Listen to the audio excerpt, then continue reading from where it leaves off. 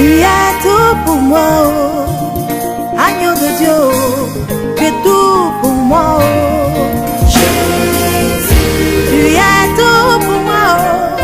Agneau de Dieu, oh. Tu es tout pour moi, oh. Jésus. Tu es tout pour moi, oh. Agneau de Dieu, tu es tout pour moi, oh. Jésus. Tu es tout pour moi, oh. Agneau de Dieu, tu es tout pour moi, oh. Jésus. Moi je n'ai personne derrière moi, je n'ai Tu as les capacités de prouver ta présence. Alors prouve-le ce soir. Merci Seigneur.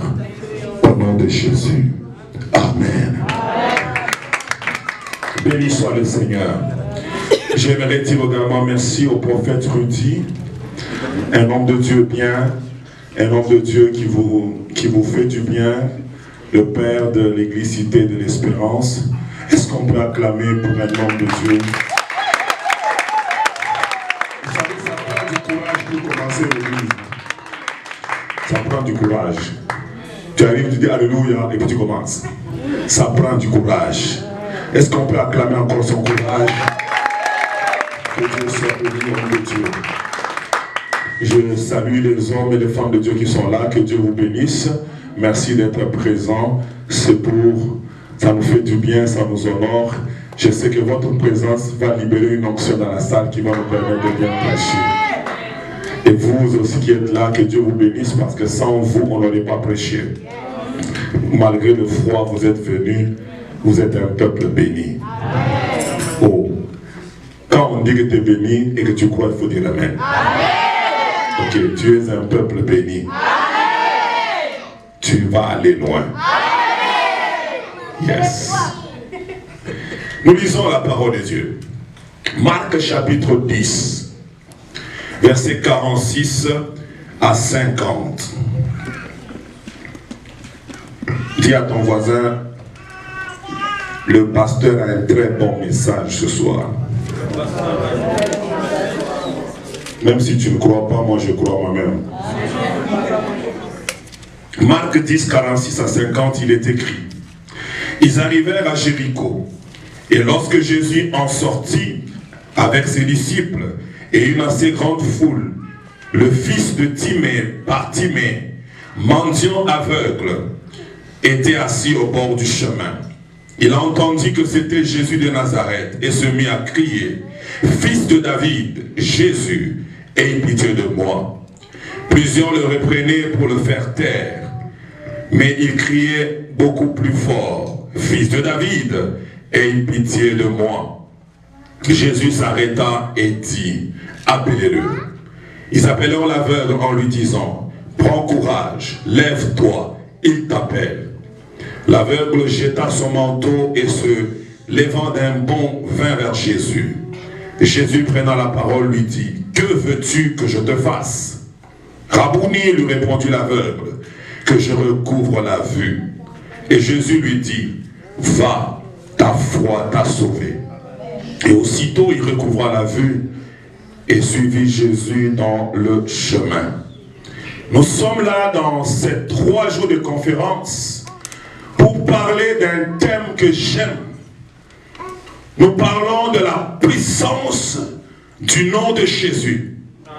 Le nom de Jésus n'est pas comme tous les autres noms. Il y a des hommes qui étaient sur cette terre, qu'on a étudié dans l'histoire. Mais aujourd'hui, tu es maintenant à l'université, tu as même oublié ce nom-là. Parce que c'était important seulement pour réussir le cours d'histoire. Mais dès que tu as traversé ce cours, tu as eu un A. Tu as dit, bye monsieur Jean, monsieur Sébastien, monsieur tel. Mais il y a un nom, malgré les temps, malgré les générations, malgré les combats, malgré ce que les hommes ont voulu faire, malgré la persécution, ce nom a traversé les âges, a traversé les générations, a traversé les races, a traversé les cultures. Ce nom n'a pas pu être stoppé par aucun gouvernement, par aucun chef, par aucun empereur, par aucun roi. Et ce nom-là a bravé les temps.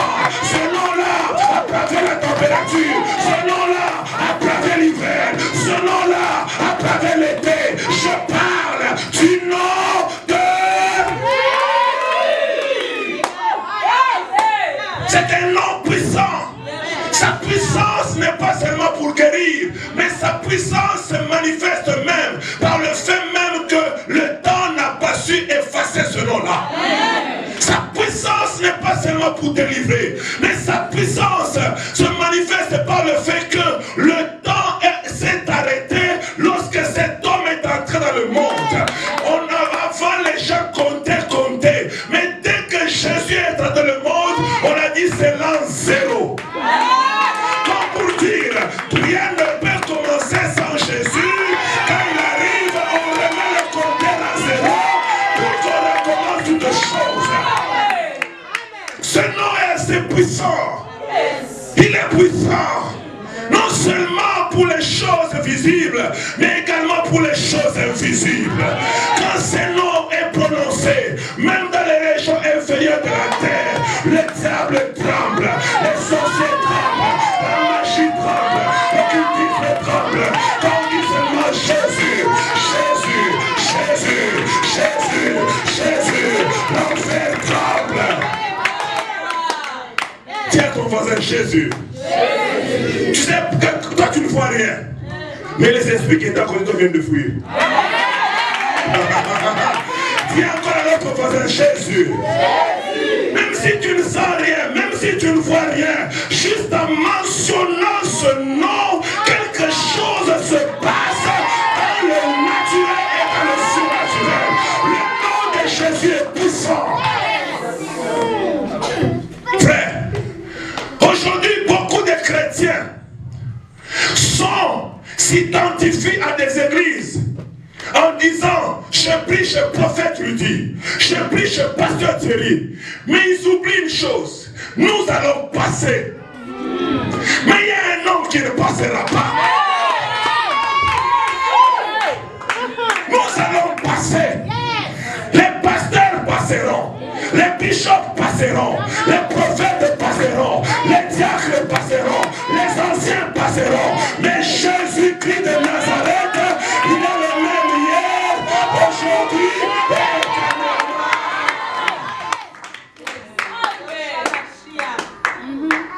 Si tu comprends que tu ne viens pas à l'église pour les pasteurs, si tu comprends que tu ne viens pas à l'église parce que ça s'appelle Cité de l'Espérance, c'était mon cute quoi, tu vois. J'aime cette église parce que le nom, ça m'inspire. Avec les Français, on vient à l'église pour le nom.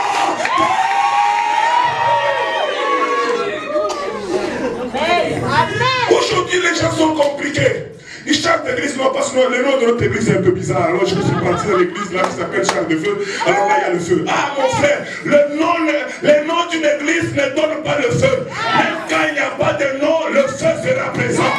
Parce que celui qui donne le feu s'appelle Jésus. Les gens de l'ancien temps, il n'y a même pas cité. Leurs églises s'appellent l'église de Montréal. L'église d'Antioche. L'église 2. Mais il y avait la puissance. Pourquoi? Parce que le seul nom qui était élevé au milieu d'eux, c'était le nom de Jésus. Et quand Jésus est élevé, les miracles deviennent possibles. La délivrance devient possible. La restauration devient possible. Quand il est élevé, les choses peuvent se passer encore. C'est pourquoi j'aime prêcher ce thème. Parce que nous sommes dans un temps où nous louons nos pasteurs plus que Dieu lui-même. Nous aimons l'église plus que le Dieu de l'église. Nous aimons nos pasteurs plus que le Dieu des pasteurs. J'aimerais te dire, je suis pasteur moi-même, n'aime même pas plus que Dieu. J'ai pas besoin que tu puisses m'idolâtrer. Oh non, j'aime vraiment ce pasteur. Vous savez, quand il parle son français là, je me sens bien. Ou quand il prêche. Arrête mon frère, arrête ma soeur. C'est lui qui est plus important. Ma main ici, c'est la main de la semoule. Le foufou, le mariabo, ça ne donne rien. Mais la seule chose qui est capable de te donner les choses, c'est le nom de Jésus. Si tu me suis à cause du nom de Jésus que je porte, tu auras quelque chose. Mais si tu me Jésus, parce que je portais une cravate, tu aurais juste la couleur de ma cravate. Jésus doit être notre centre d'intérêt. Jésus doit être notre attraction. Jésus doit être l'élément central de l'église. L'église doit être christocentrique. L'église doit être christocentrique. Jésus au centre de nos mariages, au centre de nos départements, au centre de la chorale, au centre du protocole d'accueil, au centre de l'intercession, au centre de toutes nos démarches, au centre de notre travail. Jésus doit être au centre. Amen. Au centre de tout. La Bible dit, il y avait un homme qui s'appelait Bartimée. Cet homme, il vivait comme toi et moi. Il n'avait rien fait de mal. Mais tout d'un coup, il voit sa vie. La Bible ne dit pas s'il était aveugle de naissance. On ne sait pas. Mais je me dis, s'il n'était pas aveugle de naissance, ça veut dire qu'il s'est levé d'un bon matin. Comme tous les matins. Et il se rend compte qu'il ne peut plus voir sa soeur, qu'il ne peut plus voir son frère. Tout à coup, un malheur surgit dans sa vie. Et les choses changent. Vous savez, bien aimé, il y a des choses qui arrivent dans notre vie. Des fois, on se pose la question, je fais quoi au monde? Je fais quoi à la terre pour subir de telles choses? Cet homme a vu sa vie basculer. Bien aimé, les yeux, c'est petit sur notre corps, mais c'est très important. Si on te les enlève, tu vas comprendre l'importance. On prend soin de nos ongles, de nos mains, de nos ceci, mais les yeux sont très importants. Cet homme a vu, du jour au lendemain, il a perdu la vue. Sa vie est allée en empirant. En perdant la vue, il ne pouvait plus travailler. En perdant la vue, il ne pouvait plus se déplacer tout seul. Et des jours au lendemain, lui qui était libre, un homme qui marchait sans assistance, se retrouve dépendant des gens. Pendant que je parle, je sais, parce que j'ai le Saint-Esprit, je sais qu'il est en train de te parler de toi, de ta situation. Je ne sais pas qu'est-ce que tu as comme problème. Je ne sais pas qu'est-ce que tu as eu du jour au lendemain. Quelque chose est tombé sur la tête. Amen. Tu avais un mari qui t'aimait, tout à coup il ne t'aime plus. Tu avais une femme qui te chérissait, tout à coup elle a changé. Et quand tu la regardes chaque matin, tu dis, est-ce que c'est Marguerite que j'avais épousée vraiment? Qui m'a ensorcelé? Qu'est-ce qui m'arrive aujourd'hui? Pourquoi ma vie charrie de cette manière? Même si tu es maquillé ce soir, même si tu as porté une belle cravate ce soir, mais tu sais, et dans ta chambre, quand tu es seul, quand tu fermes la lumière, quand il n'y a personne, tu sais le problème dont je parle.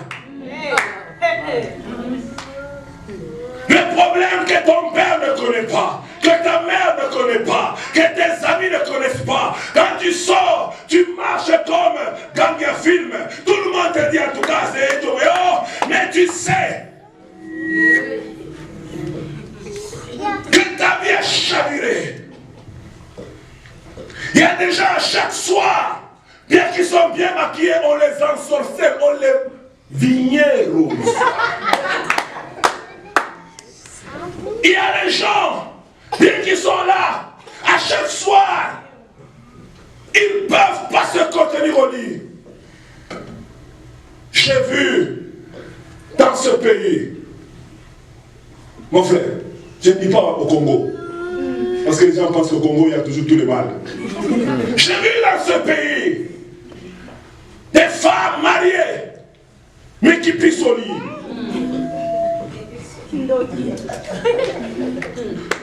J'ai vu dans ce pays Des gens, quand ils dorment, il dort la nuit avec son pyjama. Elle se réveille le matin, elle est toute nue. J'ai vu ça dans ce pays. Mais quand elle marche, quand il se promène en cours de route, on dit Marguerite vient de passer. Mais elle ne sait pas ce qui se passe dans sa vie chaque soir. Cet homme a commencé à souffrir sans savoir pourquoi. Comme toi, tu ne sais pas pourquoi. Il a cherché sûrement des solutions auprès des médecins de son époque, auprès des hommes intelligents de son époque, auprès des membres de sa famille. Il y avait des gens qui l'aimaient beaucoup, mais qui ne pouvaient pas l'aider. Bien-aimé dans le Seigneur, j'aimerais te dire, on peut t'aimer, mais sans avoir la capacité de résoudre ton problème. Il y a un seul sur la terre. Lui, il a la capacité et de t'aimer et de résoudre ton problème. Celui-là, il s'appelle Jésus-Christ de Nazareth. Lui seul a cette capacité de combiner ces deux fonctions. Il y a des gens autour de toi qui ont les moyens financiers pour te payer les études dont tu veux, mais qui n'ont pas l'amour pour te les payer. Il y a des gens autour de toi qui ont l'amour pour pouvoir te venir en aide, mais n'ont les capacités pour pouvoir le faire. Mais Jésus réunit ces deux choses. La Bible dit, ce mendiant, il était là comme tous les autres jours. Comme le soleil s'est levé de la même manière. On l'a mené, il s'assoit, il met sa main, il dit aidez-moi, aidez-moi, aidez-moi. Et les gens l'aidaient selon la bonne volonté et le bon vouloir de leur cœur. Mais un autre jour est arrivé, de la même manière où on l'a amené. Quand il sortait de chez lui, il ne savait pas comment allait finir la journée. On l'a amené de la même manière, mais ce jour-là était différent. J'aimerais t'annoncer ce soir que tu es venu à l'église de la même manière que tu viens toujours. Tu es venu dans cette salle de la même manière que tu viens. Mais je déclare que ce soir ne sera pas le même dans ta vie. Ça ne finira pas comme ça toujours fini. Parce que Jésus va te rencontrer, non pas dans les problèmes superficiels de ta vie, mais dans les problèmes les plus profonds qui sont en train de détruire ta vie. Jésus passe par là. David dit, il entend parler de Jésus. Après avoir entendu parler, vous savez, il y a des gens qui entendent parler de Jésus et qui attendent que Jésus fasse quelque chose. Ce soir, ne sois pas passif dans la présence de Dieu.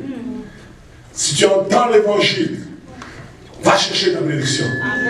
Bartimée n'a pas dit, bon, Jésus, de la même manière que j'attends que les gens me fassent Saïdia, Saïdia, de la même manière, Jésus, tu vas, si tu veux, si tu penses, si tu me regardes. Mais Bartimée a dit, moi, je ne vais pas rester passif, attendant les choses, mais je vais être celui qui provoque les choses.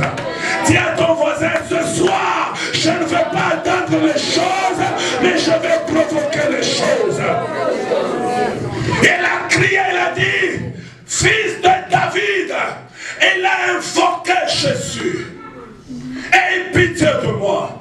Ce soir, lorsque nous allons prier, j'aimerais que tu ne regardes pas ton voisin. N'aie pas pitié ou n'aie pas honte de ton voisin, mais invoque Jésus. Parce que ton voisin, malgré sa bonne volonté, malgré qu'il est à côté de toi, il ne peut pas résoudre ton problème. La seule personne qui peut résoudre, c'est Jésus de Nazareth.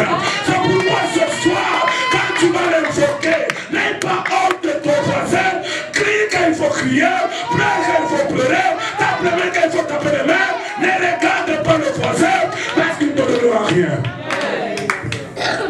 Bartimée n'a pas regardé les gens, mais il a crié plus fort. Quand les gens l'interdisaient de pouvoir crier, il a crié plus fort.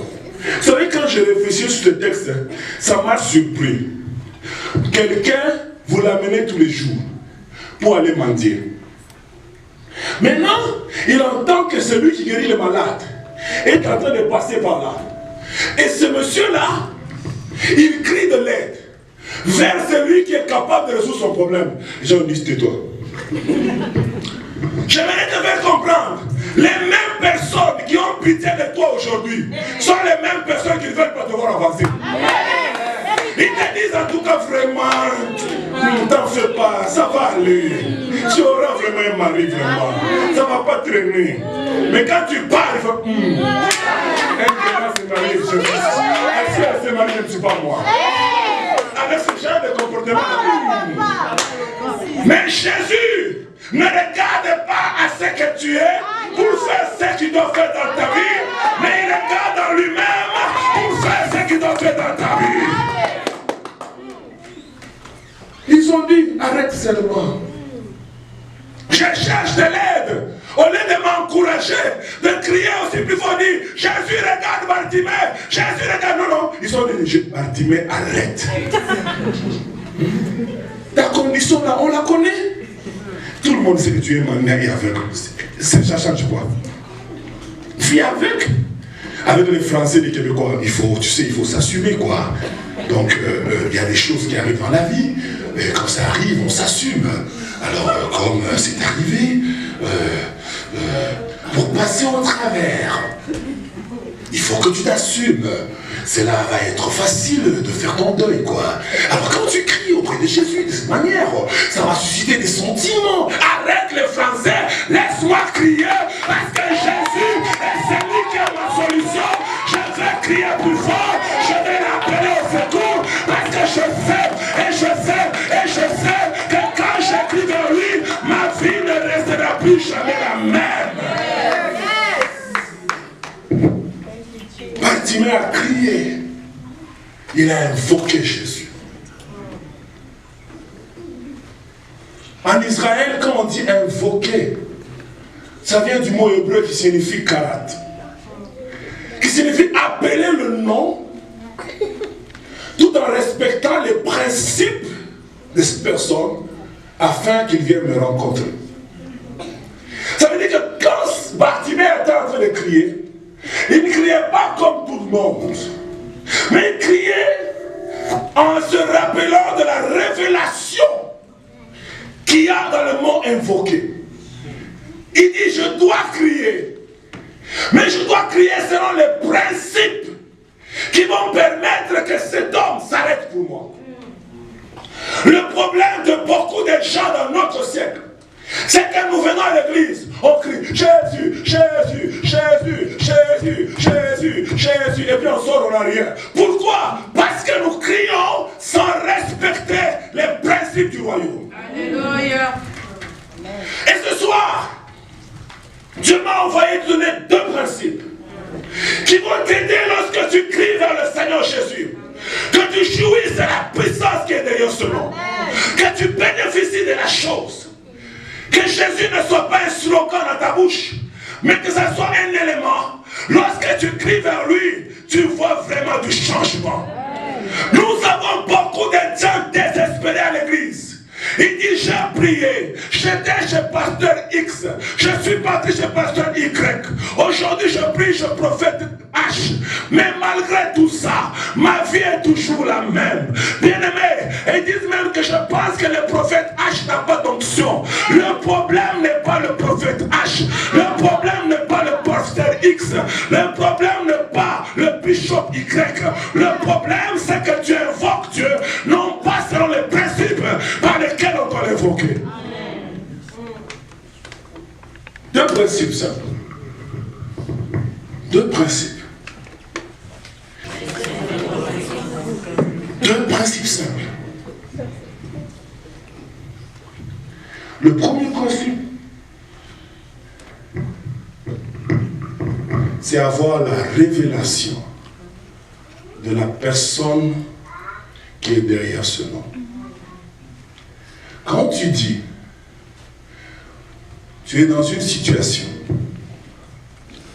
Et tu dis, prophète Rudy, au secours. Cet enfant s'appelle comment? Bon, prénom, je lui donne, je la baptise. Gadiela. Tu sais que dans la salle, il y a Gadiela et prophète Rudy.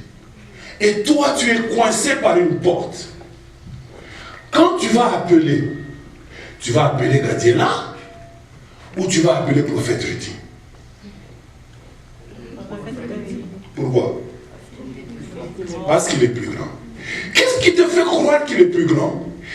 Si on te donne juste 2 noms et que tu n'as jamais rencontré Rudy et Gadiela, tu ne sauras pas choisir. Ce qui t'a poussé à choisir, c'est la connaissance que tu as de la personne qui est derrière chaque nom.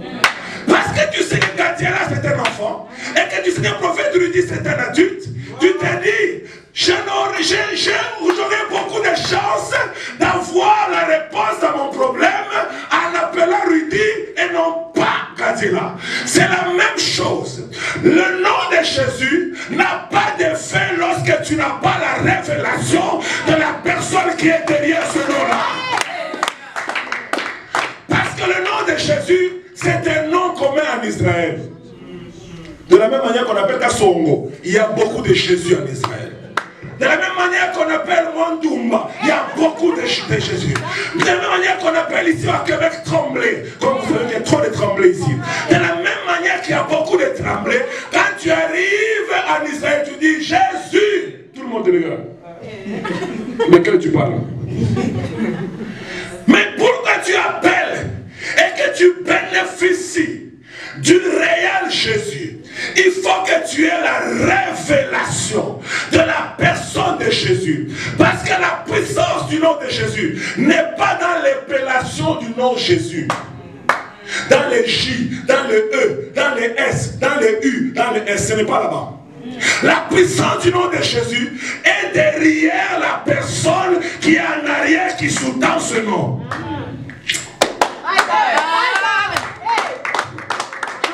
Tu as besoin de saisir la révélation de ce nom afin de jouir de cela. Bartimée n'a pas dit Jésus ait pitié de moi. Lisez bien la Bible. Bartimée a dit fils de David, aie pitié de moi. Jésus était connu comme Jésus le fils du charpentier. Mais Bartimée regarde Jésus. Mais je me suis posé la question, mon cher, tu es aveugle. Comment tu as su? C'est ni la chair, ni le sang qui t'ont révélé ces choses, mais c'est le ciel qui t'a révélé que ce monsieur-là n'est pas seulement le fils du charpentier, mais ce monsieur-là, il est le fils de David. C'est par cette révélation, quand Jésus marchait, il y avait une grande foule autour de lui. Tout le monde criait Jésus, Jésus, Jésus. Jésus continuait. Mais quand elle a dit fils de David, Jésus fait qui vient de toucher un cœur de sensible. Jésus a dit bon, Jésus un peu semblant, peut-être c'était par hasard. Il continue, il dit mon fils de David. Ah non, appelez-le.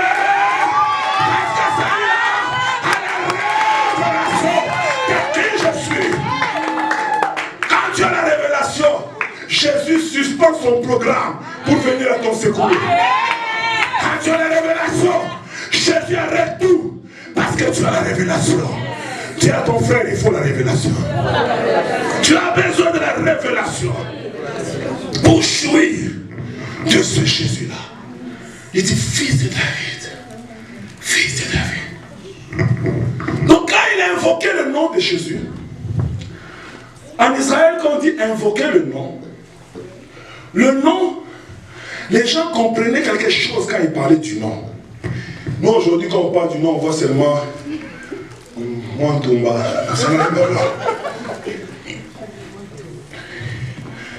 En Israël, quand ils parlaient du nom, ça vient du mot Hachem.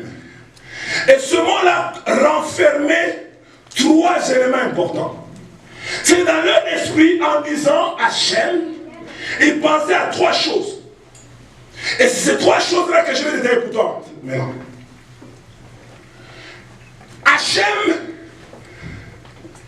d'abord comme premier sens ou première facette, ça traduisait l'identité de la personne. Donc quand on disait Jésus, le gars il voyait l'identité de Jésus. Et qu'est-ce que signifie l'identité? L'identité, c'est la chose qui fait que toi tu es différent de quelqu'un d'autre. L'identité, on peut le traduire par la nature de la personne. Donc quand Bartimée disait, fils de David, aie pitié de moi, au fait, il était en train de faire appel à sa nature. Je t'explique. Si je suis milliardaire, on va un peu ramener ça très bas, puis on va monter ensemble.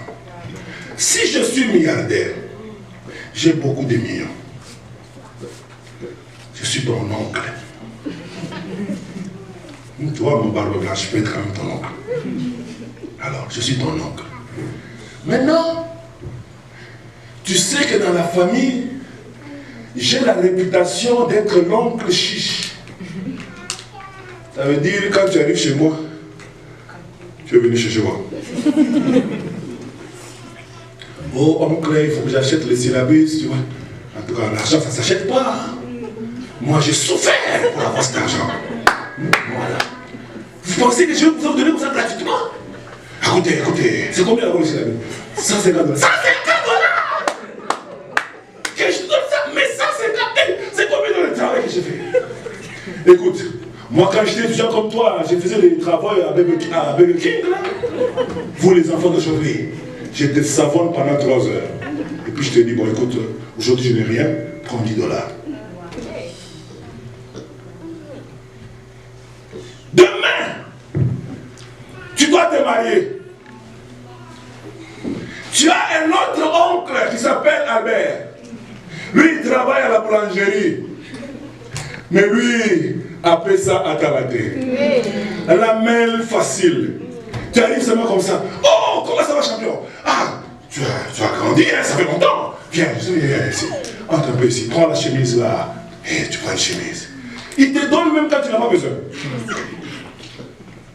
Maintenant, tu as les 2 oncles dans ta tête. L'oncle milliardaire, mais chiche. Et l'oncle boulanger. Mais... Ah. Maintenant, tu as un mariage. Tu vas appeler qui?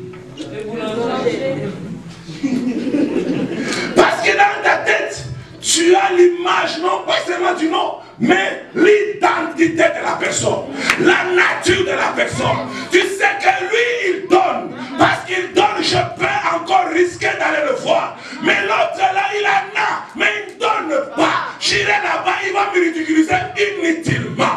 Alors je ne l'appelle pas. Voilà pourquoi en Israël, quand il s'appelait Jésus, il reconnaissait qu'il a la nature de donner facilement. Quand on le cherche, il donne. J'aimerais te faire comprendre que le Jésus que nous prêchons, il est un bon. Appelle ça. Tiens, pour le voisin bien. Il fait quoi? La Bible dit, dans Marc 1, verset 40, il y a eu un monsieur qui est venu voir Jésus. Il s'est jeté à ses pieds. Il a dit, si tu le veux, tu peux me rendre pur. Il a commencé par si tu le veux. Parce qu'il savait que tu peux avoir le pouvoir, mais non la volonté. Mais Jésus que je viens vous présenter ce soir, non seulement il a le pouvoir, mais il a également la volonté. Il t'aime tellement qu'il est prêt à pouvoir tout faire pour que ta vie change. Il t'aime tellement qu'il est prêt à pouvoir payer le prix pour que toi, tu vois ta vie s'améliorer. J'aimerais que tu dises à quelqu'un, ma vie ne restera plus la même. Et je déclare que ta vie ne va pas rester la même parce que Dieu t'aime. Je déclare que tu vas avancer. Je déclare que tu vas aller loin. Tu donnes-moi un amen, je continue. Je déclare que tu vas prospérer. Je déclare que tu vas avancer. Je déclare que tu vas réussir. Je déclare que ta vie va changer. Je déclare que tu es un homme béni. Je déclare que tu es une femme bénie. Je déclare que ce que les gens ont refusé, Jésus va te le donner. Je déclare que ce que ta famille ne peut pas plus te donner,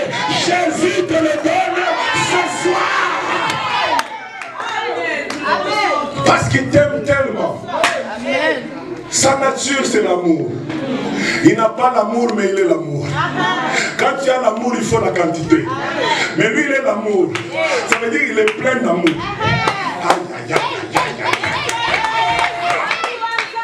Son amour ne diminue pas.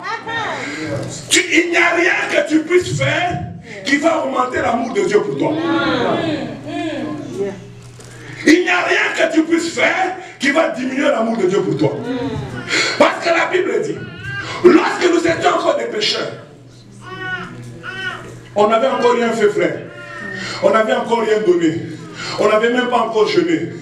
La Bible dit, au temps marqué, Christ a prouvé son amour pour nous en mourant pour nous à la croix. Il t'aime non pas pour ta justice, il t'aime parce que sa nature c'est l'amour. Et il est prêt à tout faire pour que ta vie ne finisse pas comme ça. C'est pourquoi je déclare que tu ne mourras pas, mais tu vivras. Et tu raconteras les œuvres de l'Éternel et le monde saura que tu as un Dieu. Tu as un Dieu qui t'aime, frère.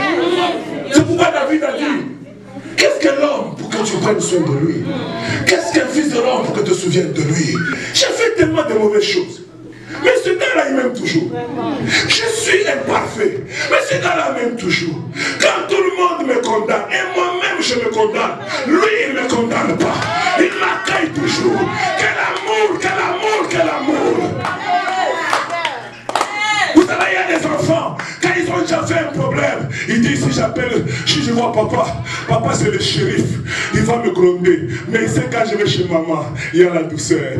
Maman va dire, viens dans mes bras. Tu as mal fait, mais ne répète plus, hein. Mais quand même, tu es dans les bras de maman. Bien que tu as fait des mauvaises choses, maman t'accueille quand même. Il dit, je t'aime, tu es toujours le fruit de mes entrailles. Et le papa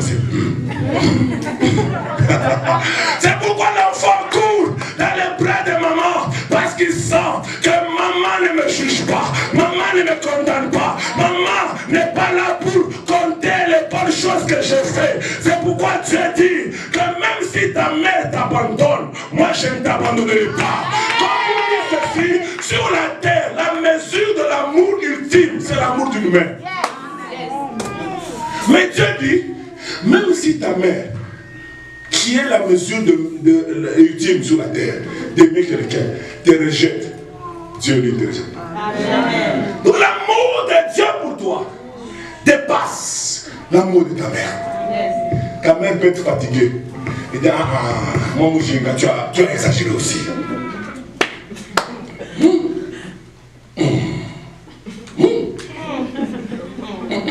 Je suis quand même la maman de quelqu'un aussi.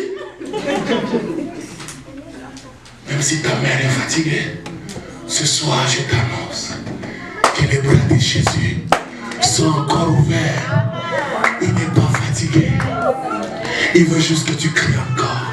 C'est pourquoi Bartimée, il dit, ces gens qui me transportent tous les jours, ils sont fatigués de me prendre. Oh, ce monsieur exagère. Pour aller à la toilette, prenez-moi. Pour aller à ceci, prenez-moi. Pour aller les amis, aidez-moi. Il dit, on est fatigué de lui. Mais il a dit, je vais appeler quelqu'un qui lui ne peut pas se fatiguer. Il a dit, je ne t'abandonnerai, ni ne te délaisserai. Et il a crié, Jésus, aie pitié de moi. Parce qu'il savait que son amour était grand. Ce soir, je voudrais te rappeler, si tu avais oublié que Jésus t'aime, je te rappelle que Jésus t'aime encore. Si tu avais mesuré son amour par rapport à l'avortement que tu as fait il y a 3 mois, je te dis, Jésus t'aime encore. Amen. Tu peux encore crier vers lui. Amen. Il va te pardonner ton péché et il va marcher encore avec toi. Il va te restaurer. Il va faire de toi une meilleure personne. Ta vie n'est pas finie à cause de tes échecs passés. J'aimerais te dire, ce qui t'arrive ne te définit pas. Amen. Yes, yes, yes, yes. Ça c'est bon, moi-même je sens que c'est bon. Ce qui t'arrive ne te définit pas. Tu n'es pas défini par les circonstances. Tu es ce que Dieu dit que tu es. Amen. Tu feras ce que Dieu dit que tu feras. Tu arriveras là où Dieu dit que tu arriveras. Ta vie est définie par la parole de Dieu. Ce que la Bible dit de toi, c'est ce que tu es. Tu n'es pas n'importe qui.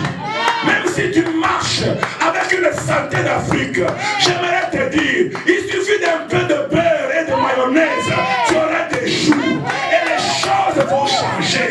Alors ne te définis pas en fonction de ce que tu vois, en fonction de ce que tu vis. Ce n'est pas encore fini tant que Dieu n'a pas dit que c'est fini. C'est lui qui a le dernier mot, c'est lui qui a la parole sur ta vie. Ta destinée est écrite par Dieu. Si on t'avait condamné, ce soir je te dis, lui te bénit.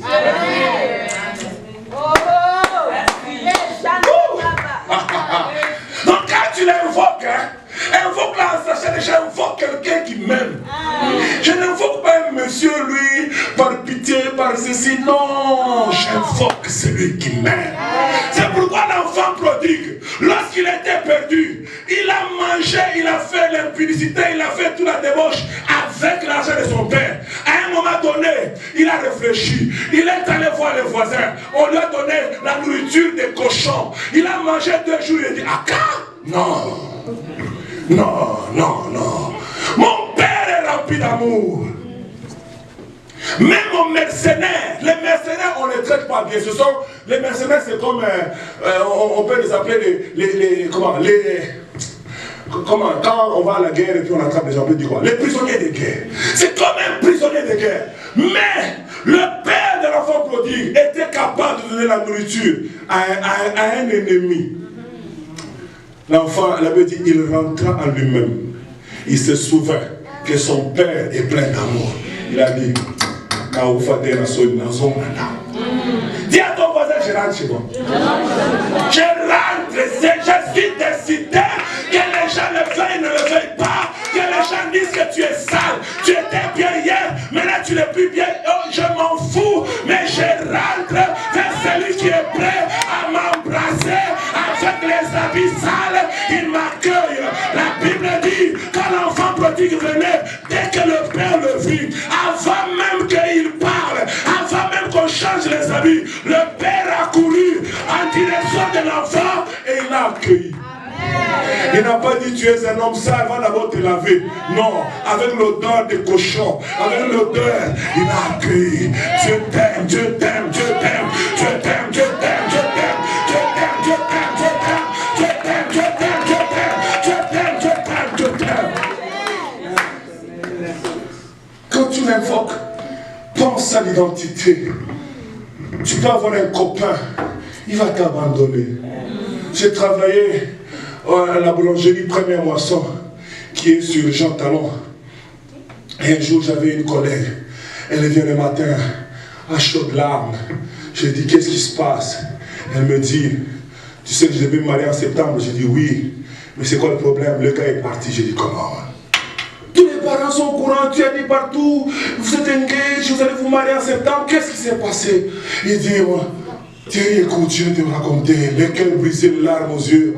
On était dans la chambre le soir, comme les païens, ils commencent par vivre avant de légaliser. Alors on était dans la chambre, sur les lits, en train de se raconter de belles histoires. Tout à coup, il regarda vers le ciel. Et le silence se fit sentir dans la salle. Et il se leva, il enfila son pantalon, et sortit et partit sans revenir. Je l'appela et il dit, je ne viendrai plus, c'est fini. J'ai dit sans explication aucune. J'ai dit, tu n'as même pas fait. Il dit, s'il y avait même une chicane préalable, j'allais dire que non, je pense que la chicane là était trop forte. Non! J'ai dit, ça c'est l'amour d'un homme, mais l'amour de Jésus.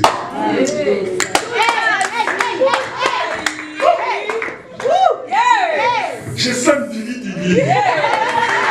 L'amour de Jésus est merveilleux. Jésus t'aime, Jésus t'aime, Jésus t'aime, Jésus t'aime, Jésus t'aime, Jésus t'aime, Jésus t'aime. Il est digne d'être invoqué. Il est digne d'être appelé. Parce que son amour est infaillible. La deuxième mention quand on dit invoquer le nom, c'est qu'on pense au pouvoir ou à la capacité, si on veut le dire autrement. Si toi, on a dit tantôt dans notre exemple, au lieu de prendre Gladys, on va prendre Prophète. Pourquoi? Non pas seulement parce qu'il est grand, mais parce qu'il a la force de pouvoir me tirer. Il a la capacité nécessaire de pouvoir venir à mon secours. De la même manière, ces gens en Israël, quand ils disaient j'invoque l'Éternel ou j'invoque Jésus, ils ne disaient pas juste pour invoquer parce qu'ils sont fanatiques de Jésus. Non, ils croyaient profondément dans la capacité de Jésus de les sortir de ce problème-là. Mon frère, j'aimerais te dire, Jésus, il est le champion. Amen. Tout est possible à lui. Amen. Il dit rien n'est impossible à Dieu. Tout est possible à lui. Quel est le problème de ta vie que Jésus ne peut pas résoudre?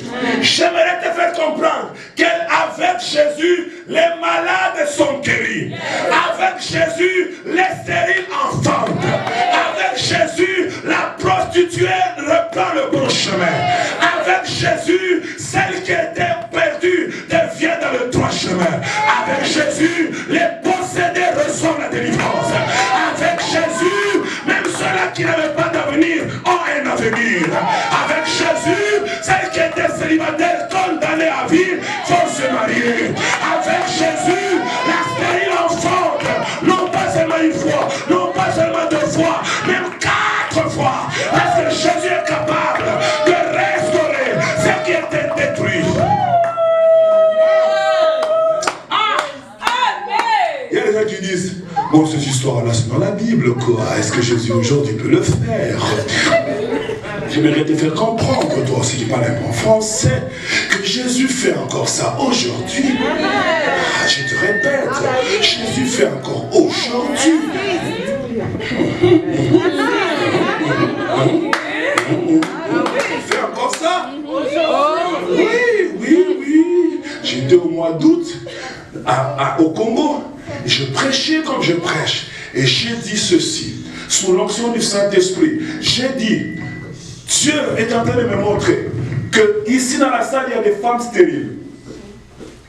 Dans 15 jours, vous allez sur Internet, taper mon nom, vous allez trouver cette vidéo-là où j'ai parlé de ce que j'ai dit ici.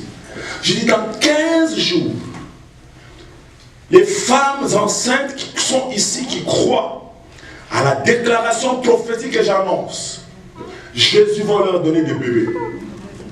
Les gens ont parlé. Certains. Il dit dans 15 jours parce qu'il ne sera plus là, non? Mon père spirituel a pris le micro après et il a dit aux gens, vous les mariés là, on ne dit pas dans 15 jours parce que Jésus a dit que on a dit ta femme sera enceinte, alors tu voyages, tu vas au Nicaragua. Non, il faut rester à la maison et faire ce qu'il faut faire pour que l'enfant vienne. Je suis là. Je suis rentré au Canada. J'arrive. Quelques 3 semaines plus tard, je vois seulement quelqu'un qui me demande l'amitié sur Facebook. Je dis, bon, ok, je ne te connais pas, bon, je regarde, Colombie, ok, j'accepte. Après, elle m'écrit, elle dit, pasteur, lorsque vous êtes venu au Congo, en août 2017, vous avez dit que dans 15 jours, 15, quelqu'un va tomber enceinte. Il dit, j'ai saisi cette parole-là. Et j'ai cru dans cette parole. Et à la fin, je suis venu vous voir, vous avez prié pour moi, vous et votre femme. Après, je suis parti. J'ai commencé à compter les jours. Premier jour, rien. Deuxième jour, rien. 15e jour. Ça, c'est tombé que le 15e jour. C'était le début de ces périodes de menstruation. Elle regarde, elle ne voit rien du tout. Elle dit, hey, peut-être il y a un retard. On va attendre un peu. Un jour, 16e jour, rien. 17e jour, rien. 20e jour, rien. 21e jour, rien. Elle va chercher le test de grossesse. Elle fait le test de grossesse. Elle voit seulement les barres là de positifs qui sont en train de faire.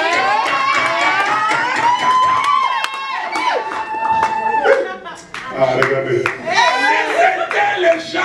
allaient être debout avec les chefs comme ça.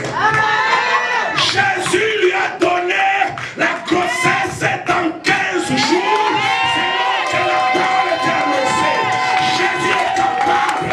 Jésus agit encore aujourd'hui. Jésus travaille encore aujourd'hui. Jésus guérit encore aujourd'hui. Jésus restaure encore aujourd'hui. Jésus donne les enfants encore aujourd'hui. Il n'a pas changé.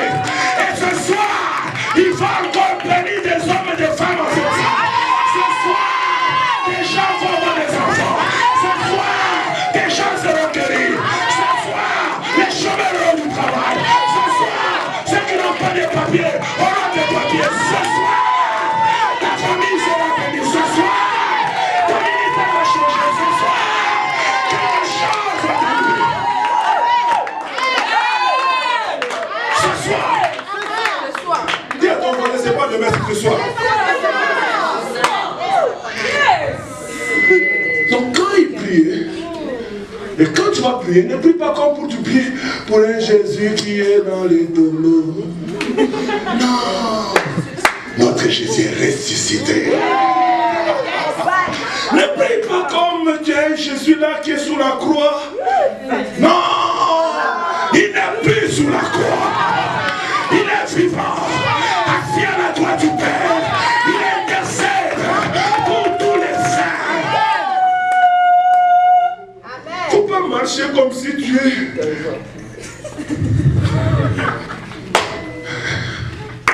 Marche en vainqueur. Marche en victorieux. Marche en champion. Parce que Jésus qui est avec toi est plus grand que celui qui est dans ce monde. Jésus est capable de déclencher un miracle dans ta vie. Jésus est capable d'ouvrir la porte. Je sens l'onction du Saint-Esprit me dire qu'il y a 3 femmes dans ces lieux qui ne sont pas mariées. Je déclare sous l'onction du Saint-Esprit que dans 3 mois, Dieu va te visiter et tu vas rencontrer l'homme de ta vie.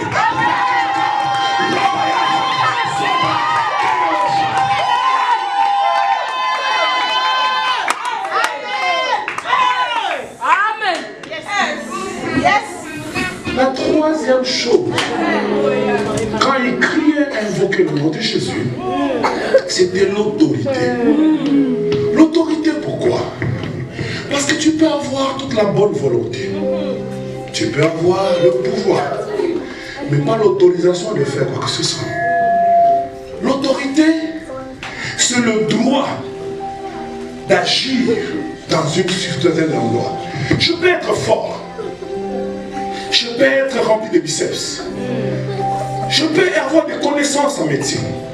Si quelqu'un tombe ici, et moi je commence à prendre le couteau pour couvrir son ventre, on va m'attraper. On va dire, oui, peut-être tu connais, mais tu n'as pas l'autorité.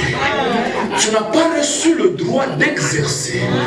Mais Jésus, non seulement il est rempli d'amour et de volonté pour toi, non seulement il est capable, mais il a été appointé pour toi.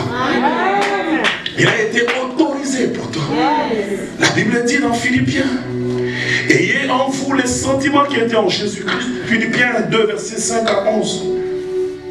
Ayez en vous les sentiments qui étaient en Jésus-Christ, lequel est existant en forme de Dieu, n'a pas regardé comme une proie à arracher, d'être égal avec Dieu. Mais c'est depuis lui-même, prenant une forme de serviteur, devenant semblable aux hommes, et en paru comme un simple homme, il s'est humilié lui-même. Donc il n'a pas cherché à prendre la place.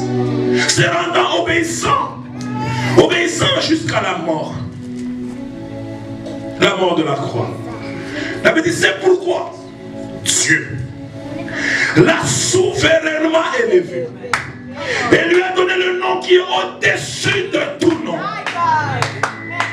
afin qu'au nom de Jésus, tout genou fléchit, dans les cieux, sur la terre, sous la terre, et que toute langue confesse que Jésus-Christ est Seigneur, à la gloire de Dieu le Père. Dieu l'a élevé et lui a donné l'autorité d'agir dans le temps et dans ta vie. Il a le droit. Il n'est pas illégal. Il est légal. On a donné autorité à Jésus. Son nom est au-dessus de tout nom. Je voudrais te dire, la maladie est un nom, mais Jésus est au-dessus. La sorcellerie est un nom, mais Jésus est au-dessus. La maladie est un nom, mais Jésus est au-dessus. Le cancer est un nom, mais Jésus est au-dessus. L'occultisme est un nom, mais Jésus est au-dessus. Le mariage est un nom, mais Jésus est au-dessus. Et Caraba, il est au-dessus.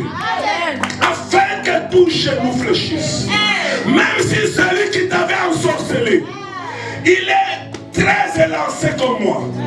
Je te dis ce soir, quand tu vas invoquer le nom de Jésus, même s'il te trouve à Catacombe, son genou va fléchir. Son genou va fléchir. Même s'il a dit je ne peux pas lâcher, dans le nom de Jésus, il va lâcher ta vie. Il va lâcher ton mariage. Il va lâcher ta maternité. Il va lâcher ton travail. Il va lâcher tes espérances. Parce que Jésus a l'autorité. Il a l'autorité. Quand il lève sa main, l'enfer s'arrête. Quand il lève sa main, la tempête oblige. Quand il lève sa main, le vent fait silence. Quand il lève sa main, l'enfer dit Amen. Quand il dit une chose, toute personne obéit. Je vais dire ce soir, Jésus va déclarer des paroles dans ta vie. Et l'enfer va dire Amen. La sorcellerie va dire Amen. Les voisins diront Amen. L'occultisme dira Amen. Morakasa. Soubra des gars. Chiabra qui ne saute pas. Soubra qui les mande dans la bouche.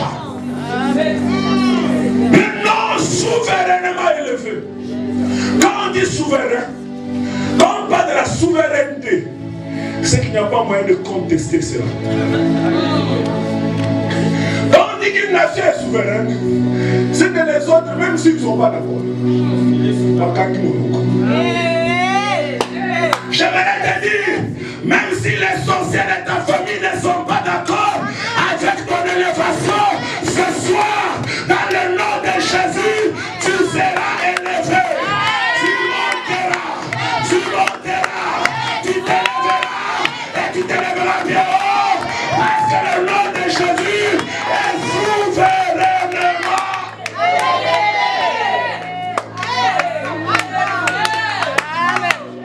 Que tout homme confesse. Que tout homme confesse. Ils vont te regarder, ils vont dire, pourquoi elle est partie la paix aujourd'hui? Il fallait qu'elle reste ici. La plus grande erreur que tu diable ce soir, de te laisser entrer ici. Parce que tu ne sortiras pas la même personne. Je te le dis, tu ne sortiras pas la même personne. Le plus grand erreur qu'il a fait, je te laisse le dire. Tu dis maintenant après moi, tu lèves ta main droite. Tu dis dans le nom de Jésus, je crois que Jésus m'aime, que Jésus est capable, et qu'il a l'autorité de changer ma vie. Dans le nom de Jésus, parce que je suis là, ma vie ne sera plus jamais la même. Je déclare que j'avancerai, je déclare que je réussirai, je déclare que je ne serai plus aveugle. Je vais voir comme Dieu voit. Je vais aller là où Dieu veut que j'aille. Je ferai ce que Dieu veut que je fasse. Je déclare que je ne serai plus mendiant. Je vais aller de l'avant.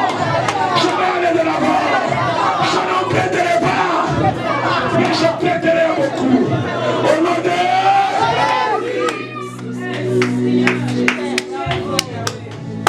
la deuxième clé, on va compris. La première clé, c'est quoi? Avoir la révélation. La deuxième clé, c'est avoir la foi. Jésus dit à Bartimée, va, ta foi t'a sauvé. C'est bien d'avoir la connaissance dont on vient d'expliquer. Mais encore, il faut croire dans cette révélation. Il faut croire. Vous savez, il y a des gens qui croient fort que passer un discipline, pour moi, ça va marcher. Mais ils croient